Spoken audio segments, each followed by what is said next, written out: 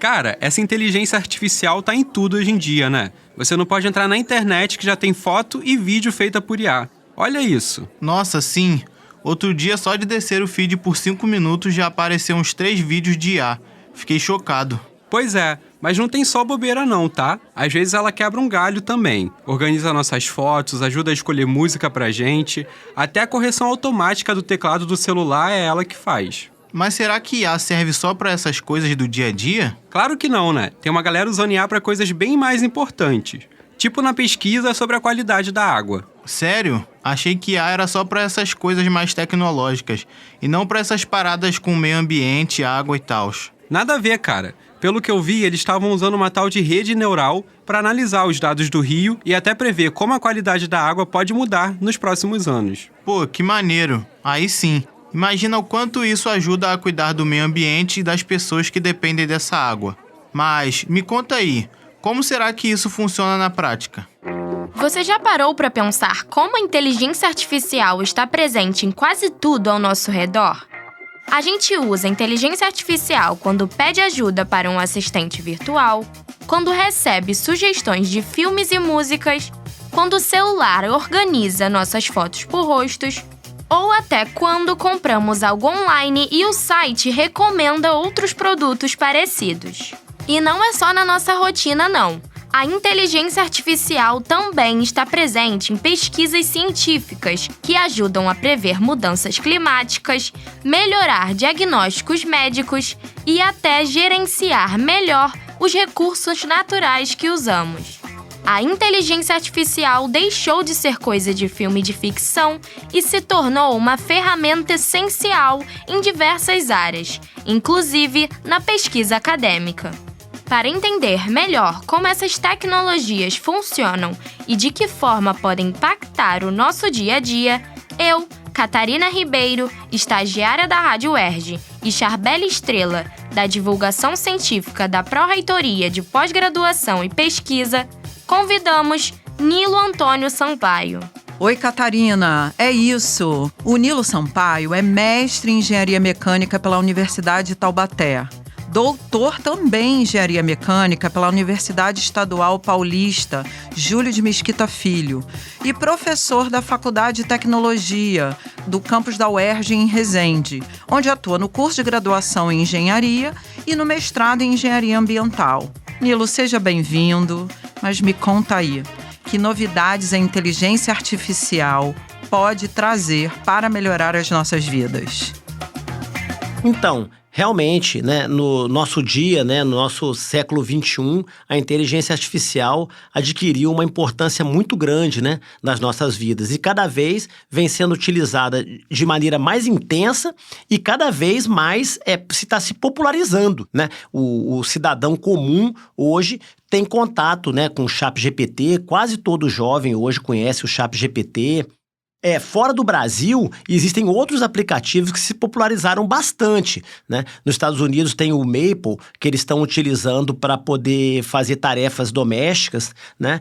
Tem a startup chinesa DeepSeek, está sendo muito utilizada para poder fazer entrega de comida na China. A entrega é totalmente remota. A Apple está trabalhando em drones nos Estados Unidos para poder fazer entrega de comida. Então, a inteligência artificial está adquirindo cada vez mais importância nas nossas vidas, né? E é importante, né, essa nossa discussão, esse nosso bate-papo aqui do ponto de vista científico, né, de divulgação científica, mas também para informar a população de uma forma geral da importância da inteligência artificial.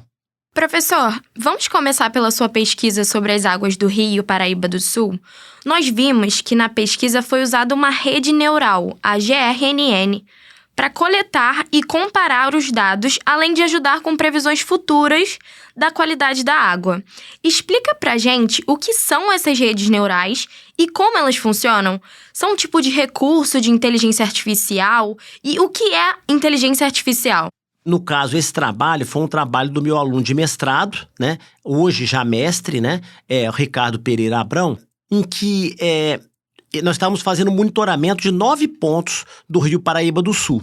Então, após preparar um cardápio estatístico para poder interpretar, né, a qualidade da água nesses 9 pontos, nós começamos a submeter o artigo em revistas científicas, né? E para poder dar um upgrade no artigo, para ele bombar ele para entrar numa revista científica, nós fizemos o seguinte: eu tinha os dados de 10 anos, 2012 e 2022, que eu fiz uma série temporal para poder mostrar como é que estava o índice de qualidade da água na década, né, no 2012 e 2022.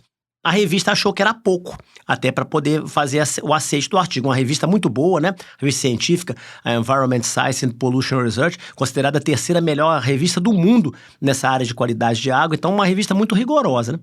E aí nós resolvemos usar esse pacote de inteligência artificial, que é uma rede neural, para fazer a predição do que seria o índice de qualidade de água no ano de 2023. Conseguimos fazer, submetemos na revista, só que a revista ponderou o seguinte: beleza, você fez a predição, mas e aí, será que realmente foi isso daí? E aí, finalmente, saíram os dados de 2023. Aí, a hora que saíram os dados, né, nós comparamos os dados utilizando várias ferramentas de validação, né, de linguagem de máquina, e nós conseguimos fazer um erro abaixo de 5%. Então, significa que a ferramenta ela fez uma predição perfeita, né? É lógico, né, entendendo se não houvesse nenhuma catástrofe, não houvesse algum fator que viesse alterar as condições. Tá? A revista considerou uma nova inovação e foi muito legal, né? Porque o artigo saiu na véspera da defesa do Ricardo, né? E o Ricardo fez a defesa dele já com o artigo publicado. Foi muito legal. Como é que a gente pode definir inteligência artificial? Óbvio que na perspectiva da engenharia, né? A inteligência artificial, na margem da engenharia, são todas ferramentas, né, de cálculo e de predição que elas imitam o raciocínio humano, só que utilizando códigos computacionais. Tá? Então, ela imita o raciocínio da implicação, o raciocínio lógico da implicação, o raciocínio lógico da predição, o raciocínio lógico da abstração, mas sempre utilizando códigos binários, que é a base da computação. Eu vou aproveitar esse exemplo, né, que a Catarina trouxe, que o senhor explicou, e tratar um pouco do que a gente conhece como método, né? A gente sabe que existem métodos consolidados cientificamente e, certamente, eles existem para análise da qualidade da água, né? Esses métodos são usados, certamente, há bastante tempo por pesquisadores, por órgãos ambientais, em que o uso da inteligência artificial pode se diferenciar desses métodos tradicionais. Quais são os ganhos? E quais são as principais vantagens que a inteligência artificial traz para essa área, né, da engenharia ambiental? E os desafios? Quais são os desafios a serem superados? O grande desafio é o tecnológico, né? Que é você ter acesso à ferramenta. A gente sabe que o preço da tecnologia é cara. Então, o desafio é sempre o desafio financeiro e tecnológico. A grande ajuda que a inteligência artificial traz para os métodos tradicionais é a capacidade de trabalhar muitos dados em pouco tempo, porque os métodos tradicionais, eles têm uma limitação para banco de dados. E para nós, quando está utilizando a inteligência artificial, é exatamente o contrário. Quando nós temos muitos dados, aí é que é melhor, né? Porque você usa, se você estiver trabalhando, por exemplo, com um método que é supervisionado, você usa cerca de 70% dos dados para treinar a máquina, os outros 30% você faz uma predição, você faz uma clusterização, você forma clusters, né? Então, assim, quanto mais dados, melhor para a inteligência artificial. Em clusterização é mais ou menos assim, ó. Se você estiver trabalhando com bactéria, com vírus e com algas, entendeu? Se elas têm um comportamento semelhante num meio químico qualquer, a hora que você fizer o cluster, ela vai juntar os grupos que são iguais.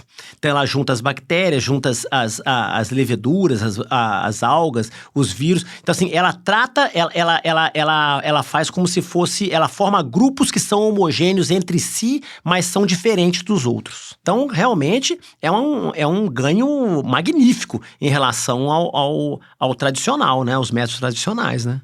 Então, quando a gente tem muitos dados, a ferramenta ajuda a agrupar em categorias, né, por semelhança, e isso ajuda a análise. Ajuda a análise, isso. né? Porque a hora que você forma os clusters, né? Os clusters que são diferentes, você trata com desigualdade os desiguais, né? Aí você pode estudar cada um deles separadamente e utilizar métodos estatísticos ou matemáticos ou até mesmo de IA para aqueles grupos separadamente, né? A inteligência artificial tem mudado muito a forma como vivemos e como tomamos decisões no dia a dia, né? Além dos avanços obtidos em pesquisas, quais são os impactos tanto positivos como negativos de aplicações de inteligência artificial nas coisas humanas? Olha, Catarina, eu vou falar primeiro dos negativos, né? Porque, na verdade, assim, o impacto negativo que a ferramenta artificial tem é o impacto que qualquer ferramenta tem, né? Por exemplo, se você tiver uma faca, você pode utilizar aquela faca para preparar o almoço ou para matar alguém. Então, na verdade, o impacto negativo é a aplicação errada, né? Aplicação que é feita de maneira inadequada, como, por exemplo, fazer fake news, né? Impulsiona mentiras pelas redes, né? A gente vê acontecer bastante. Utilização para desenvolver e para impulsionar também mensagens de ódio, né? Os chamados haters. Mas assim, são aplicações assim, são específicas, né? Mas até para elas vêm sendo desenvolvidos métodos também para poder detectar e neutralizar essas utilizações erradas, né? Eu acho essa pauta da Catarina importantíssima porque a inteligência artificial impacta as coisas humanas, né? E a gente fica muito impactado pelos resultados negativos disso, que acabam se sobressaindo e chamando muita atenção. Mas eu quero voltar para o tema da água, né? Que é um dos nossos recursos mais preciosos.